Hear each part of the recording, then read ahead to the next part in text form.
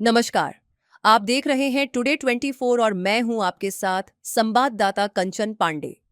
नवी मुंबई अंतर्राष्ट्रीय हवाई अड्डे के टर्मिनल 1 में एक ऐतिहासिक और भव्य दृश्य देखने को मिला, जहां छत्रपति शिवाजी महाराज की शानदार प्रतिमा का अनावरण किया गया। यह प्रतिमा महाराष्ट्र की गौरवशाली संस्कृति, वीरता और समृद्ध इतिहास का प्रतीक मानी जा रही है। इस अवसर पर राज्य के मुख्यमंत्री देवेंद्र फडणवीस सहित कई वरिष्ठ मंत्री और अधिकारी उपस्थित रहे। पालघर के पालक मंत्री गणेश नाइक, महिला एवं बाल विकास मंत्री आदित्य तटकरे, विधायक प्रशांत ठाकुर, महेश बाल्दी सहित कई जनप्रतिनिधि इस कार्यक्रम में शामिल हुए। ये प्रतिमा टर्मिनल 1 के मुख्य परिसर में अत्यंत आकर्षक और कलात्मक रूप से स्थापित की गई है, जो छत्रपति शिवाजी महाराज की शाही छवि, पराक्रम और नेतृत्व क्षमता को दर्शाती है। नवी मुंबई अंतर्राष्ट्रीय हवाई अड्डा अब देश विदेश से आने वाले यात्रियों के लिए एक नया आकर्षण बन गया है, जो महाराष्ट्र की सांस्कृतिक विरासत को विश्व स्तर पर प्रस्तुत करेगा। आप देख रहे थे टुडे 24। मैं हूं संवाददाता कंचन पांडे। सर्वप्रथम जगभरातील शिवभक्तांना शिवराज्याभिषेक सोहळ्याच्या मी खूप खूप शुभेच्छा देतो। आजचा दिवस हा स्वराज्याला छत्रपती मिळाले तो दिवस आहे आणि ज्या दिवशी संपूर्ण जगाने हिंदवी स्वराज्य मान्य केलं तो आजचा दिवस आहे। आणि मला अतिशय आनंद आहे की अशा या पवित्र दिवशी छत्रपती शिवरायांचा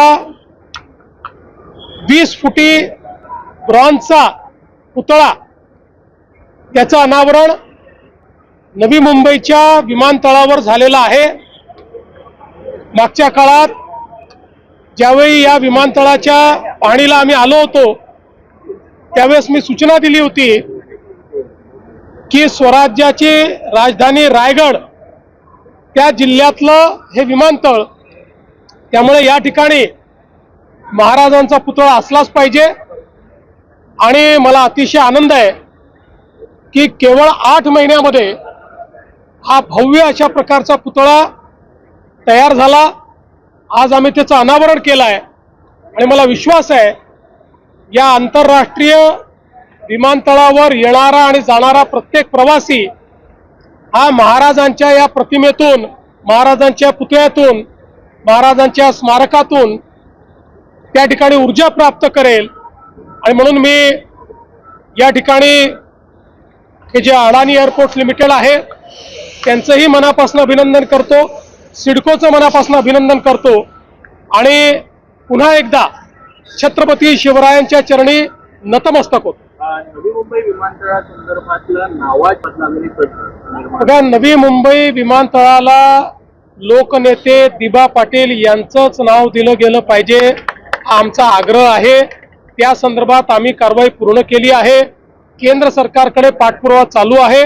आम्ही तो पाठपुरावा करून नक्की हे नामकरण करून घेऊ। विधान परिषदेच्या 8 जागांवर अनेक उमेदवारांनी माघार घेतली आहे। या संदर्भात सुप्रिया सुळे असं म्हणतात की फक्त पैशांच्या जीवावर कुणी निवडून येऊ नये याच्यासाठी लोकसभेमध्ये बिल मांडणार आहे। कशा प्रकारे बघताय? मी एवढंच म्हणेन की माणसं पैशापेक्षा प्रेमानं जिंकता येतात हे जर तुम्हाला समजलं तर तुम्हाला अशा प्रकारचं बिल मांडण्याची आवश्यकता पडणार नाही। तथापि या निवडणूक प्रक्रियेत परिवर्तन झालं पाहिजे। या संदर्भात जर कोणी बिल मांडणार असेल तर मला काहीच हरकत नाही। माझंही मत आहे की निवडणूक प्रक्रियेमध्ये परिवर्तन झालं पाहिजे। बाळमाने संदर्भात देखील प्रश्न आहे की बाळमाने हे भाजपमध्ये येणार आहेत का? त्या संदर्भात आमचे अध्यक्ष रवींद्र चव्हाण साहेब हे निर्णय करतील। ते म्हणतात की तुमच्याशी बोलणं झालेलं होतं, म्हणतात की बघा, मी तुम्हाला सांगतो, भारतीय जनता पक्षामध्ये शेवटी अध्यक्षांचे निर्णय अंतिम असतात। बाळमाने आम्हाला परके नाहीत। बाळमाने हे भारतीय जनता पक्षातच तयार झालेले आहेत। काही कारणाने ते पक्ष सोडून गेले, पण या संदर्भातला निर्णय मुख्यमंत्री करत नाहीत। या संदर्भातला निर्णय प्रदेशाध्यक्ष करतात ते जो निर्णय करतील त्याला माझा पाठिंबा असेल. तर सुनेत्र पवार यांच्या रिक्त झालेल्या जागेसंदर्भात काही चर्चा झाली आहे? नाही, अजून माझ्या 2 दिवस बाकी आहेत. माझ्याशी चर्चा झालेली नाही. त्यांचा निर्णय अंतिम झाल्यानंतर ते निश्चित माझ्या कानावर टाकतील. चला.